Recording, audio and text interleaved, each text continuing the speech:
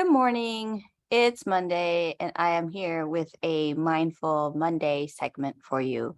So last week, what did we talk about? Talked about self-compassion, a little bit of mindfulness.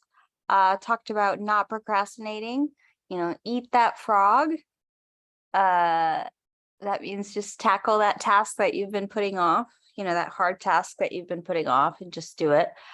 I talk a lot about writing stuff down and journaling. I think these are super powerful tools, and I'm going to talk about Julia Cameron's Morning Pages. For those of you who don't know, Julia Cameron wrote this book that is recommended by so many people called The Artist's Way, and it is about creativity and harnessing your creativity, but also your creative recovery. Because life is hard and boring and full of boring things that we all have to do that are just like tearing away at our creativity. So how do we recover from that? Well, there are different exercises that she recommends, but a really famous one of hers is called the Morning Pages. So I'm just going to read from her article and explain. Julia Cameron writes, there are two pivotal tools in creative recovery, the morning pages and the artist state. A lasting creative awakening requires the consistent use of both. I like to introduce them both immediately and at sufficient length to answer most of your questions. This chapter explains these tools carefully and in depth. Read it with special care and begin the immediate use of both tools. But for our purposes, we're just going to talk about the morning pages. I'll post the PDF in the comments in the YouTube description so you can read the rest. In order to retrieve your creativity, you need to find it. I ask you to do this by an apparently pointless process I call the morning pages. You will do the pages daily through all the weeks of the course, and I hope much longer. I have been doing them for a decade now. I have students who have worked with them nearly that long and who would no more abandon them than breathing. Ginny, a writer-producer, credits the morning pages with inspiration for her recent screenplays and clarity in planning her network specials. I'm superstitious about them by now. When I was editing my last special, I would get up at 5 a.m. just to get them done before I work.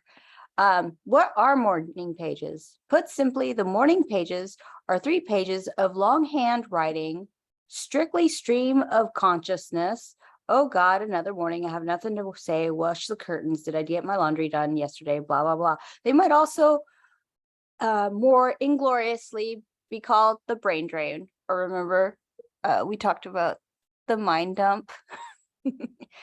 Since that is one of their main functions, the brain drain. There is no wrong way to do morning pages. These daily morning meanderings are not meant to be art or even writing. I stress that point to reassure the non-writers working with this book. Writing is simply one of the tools. Pages are meant to be simply the act of moving the hand across the page and writing down whatever comes to mind. Nothing too pretty, too silly, too stupid, too weird to be included in these pages. They're not supposed to sound smart, although sometimes they might. Most times they won't, and no one will ever know it but you. Nobody is allowed to read the morning pages except you. You should not even read them yourself for the first 5 to 8 weeks or so. Just write 3 pages, stick them in an envelope, or write 3 pages in a spiral notebook and don't leaf back through. Just write 3 pages and write 3 more the next day. I'm going to skip ahead.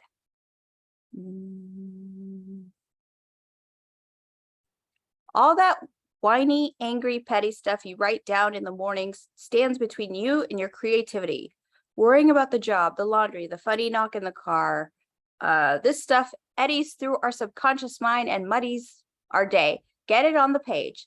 The morning pages are a primary tool of creative recovery. As blocked artists, we tend to criticize ourselves mercilessly.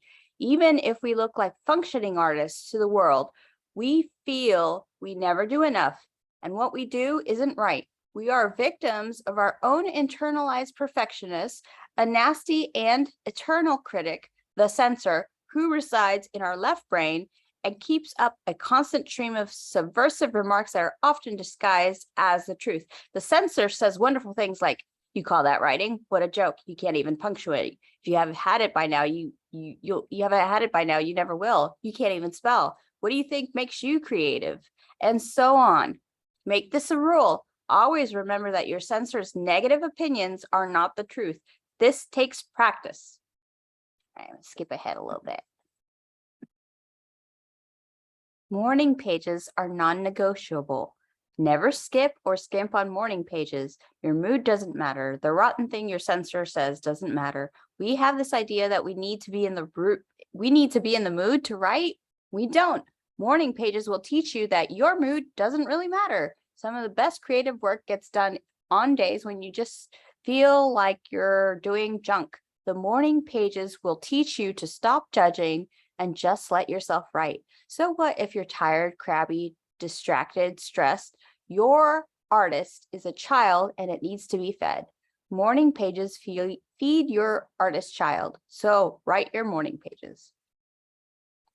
So I think that's all I'm going to read from this, but I haven't done these since high school. So I think I'm going to try and challenge myself and maybe do them for a week and report back and see what's going on.